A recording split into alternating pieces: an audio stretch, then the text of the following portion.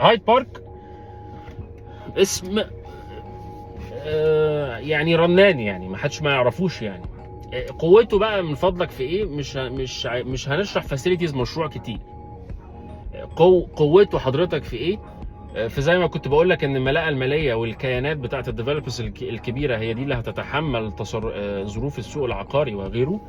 قوه هايد بارك ان هو يعني احدى شركات هيئه المجتمعات العمرانيه وبنك التعمير والاسكان، اللي هم تابعين لوزاره الاسكان، الوزاره المسؤوله في بلدك عن العقار. وهيئه المجتمعات العمرانيه دي بتدخل شراكات مع كل الديفلوبرز، لان زي ما قلت لك قبل كده الاراضي هي ملك يا الجيش او القوات المسلحه ويا الهيئات.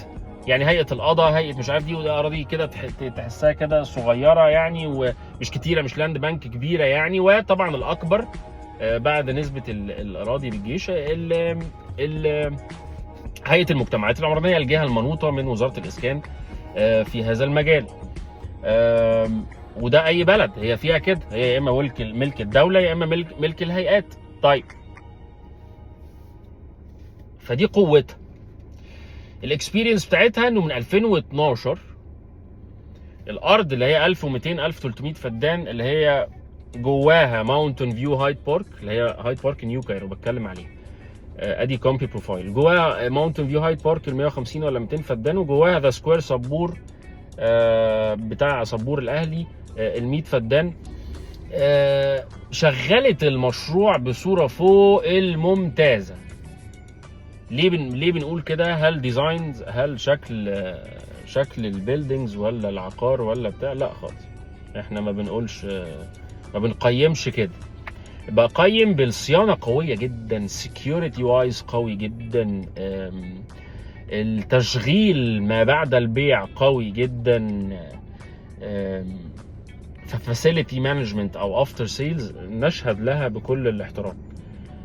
عندها دايفرستي في المشروع، كانت الكلاسيك فيز والمودرن فيز والدوبلكسز والفيلاز والتاون هاوسز عندها تايبس حلوه قوي جوه كمان. فهايد بارك طبعا في الساحل هي مكسره الدنيا، سي شور، وطبعا هي شركه تستحق ان احنا نثق جدا فيها. تمام.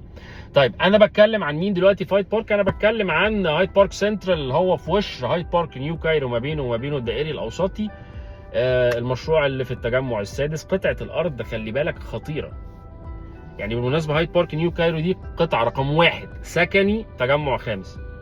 اوكي، فبص في وشها الناحيه الثانيه على المين رود على طول، سور في سور في زد ايست بتاعت ساويرس، اللي هو خلاص يعني لما تستلم العقار بتاعك في هايد بارك بعد 4 سنين هيكون ساويرس مشغل المشروع ده فولي اوبريتد يعني. وجنبك بقى لافيستا سيتي، الكومباوند الجميل بتاع لافيستا قبل مدخل العاصمه. فلوكيشنز وايز واكسسبيليتي خطير جدا هايد بارك سنترال. بستغل ايه في المشروع ده؟ بستغل فيه ايه؟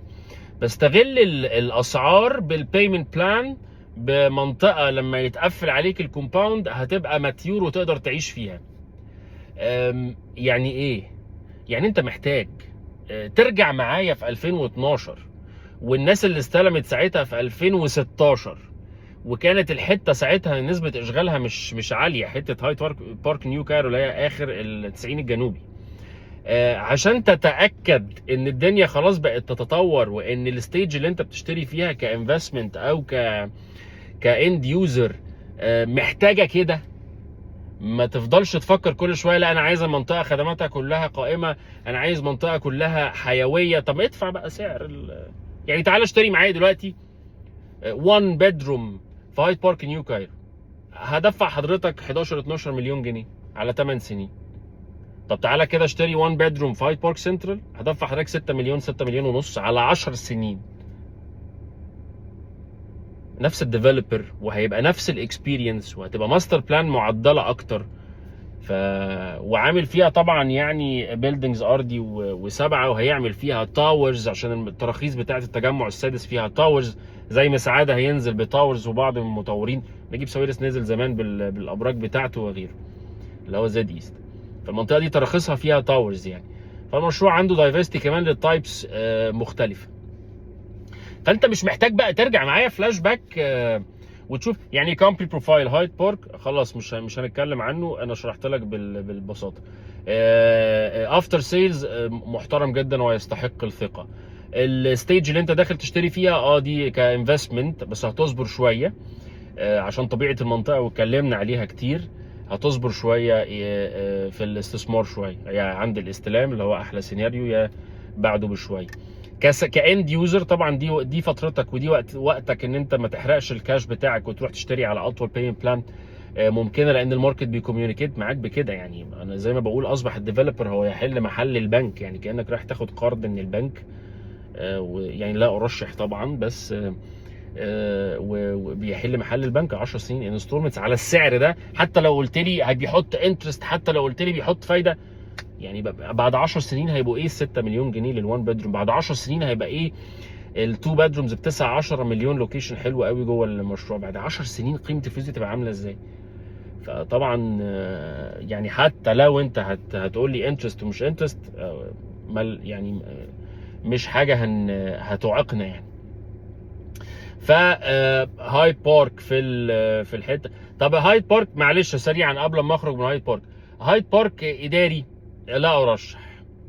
يعني عشان كده بقول لك مفيش ديفلوبر كامل والله. يعني انا بقول لك، يعني شوف اللي انا بشرحه لك ده كله، بس انا جبت سيره الاداري كده مش موضوعنا، يعني احنا بنتكلم في السكني عشان افتكرتها بس دلوقتي. فلو حتى انت كنت بتفكر في هايد بارك ادمن، لا ارشح. تشغيله شويه في المكاتب الاداريه مش احسن حاجه ومش اقوى حاجه. وان انت تشتري مكتب لازم تدخل الكومباوند عشان توصل المكتب، مش محطوط على اطراف الطريق، فاكسسبيليتي للمكاتب من بره تخش على طول. دي مش سيلينج بوينت خالص ان انت تشتري مكتب جوه كومباوند ريزيدنشال. ككومباوند اوفر اول بفاسيلتيز ببنفيتس هتاخدها بتيكت برايس بانستولمنتس بغيره، يستحق طبعا ان حضرتك تفكر فيه. اوكي، ف يبقى مدينة مصر هايد بارك PRE. عرفنا دلوقتي هنطلع مين من مقارنة الاسمين دول، مدينة مصر وهايد بارك.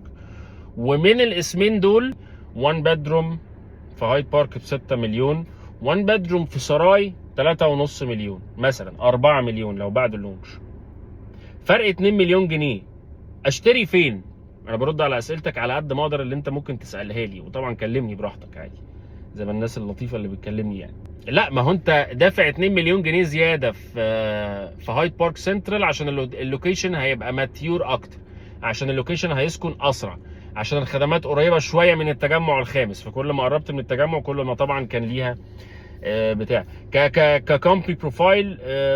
مدينه مصر طبعا شركه كبيره ومحترمه، وهايد بارك شركه محترمه. يمكن هايد بارك لو انا هدي مثلا دي 8 من 10، هايد بارك 9 من 10 في الكريديبيليتي وفي الاسم، يعني في الاكسبيرينس بتاعت الشركه. يعني يبقى الاثنين قريبين جدا، بس تميز هايد بارك شويه عن مدينه مصر. طيب ال 2 مليون جنيه فرق دول، هنا 10 سنين وهنا 12 سنه. ايوه هنا 10 سنين ايكوال 5 بس في المية على 10 سنين ايكوال، مفيش دفعات. هناك 12 سنه بس عندك دفعه سنويه انت ملتزم بيها وبتزيد اسكليتد. فانا شايف البيمنت بلان قريبه. انا شايف ان انت ال 2 مليون جنيه دي كسبت بيها برضو ديفلوبر اقوى شويه، وكسبت بيها برضو لوكيشن ماتيور وهيسكن اسرع شويه. فده طبعا كانفستمنت وايز اسرع شويه. يعني ريسيل هايد بارك ولا ريسيل سراي؟ لا، هنقول هايد بارك قبله.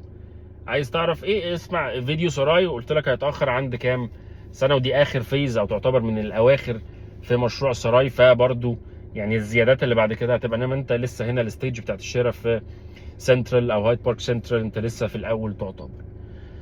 تمام. ولو هقارن بباتر فلاي فهتلاقي الاسعار شويه ايكوال، يعني هتلاقي قريبه من بعض. يعني دي في نطاق المستقبل سيتي ودي في نطاق الدائري الاوسطي. فهعرفك الفيديو اللي جاي زي ما عرفتك الفيديو ده ان مدينه مصر هي اللي طلعت معانا في الكومبيتيشن. هعرفك الفيديو اللي جاي مين الاسم اللي كسب من الثلاثه اللي احنا قلناهم دول، وهندخل معاه اسمين تانيين كمان. وانت لو عندك اسم عايز تدخله في الكومباريزن في الحته دي في الشريحه دي، يعني ما تجيبليش مثلا تقول لي ندخل صادق، ندخل سعاده، ندخل بتاع، لا شبيه بالحته التيكت برايس اللي احنا بنتكلم فيه ده، طبعا اكتبه لي وانا هكوميونيكيت معاك. شكرا جزيلا ليك ويا رب اكون افدت. في انتظار اسئلتكم. شكرا.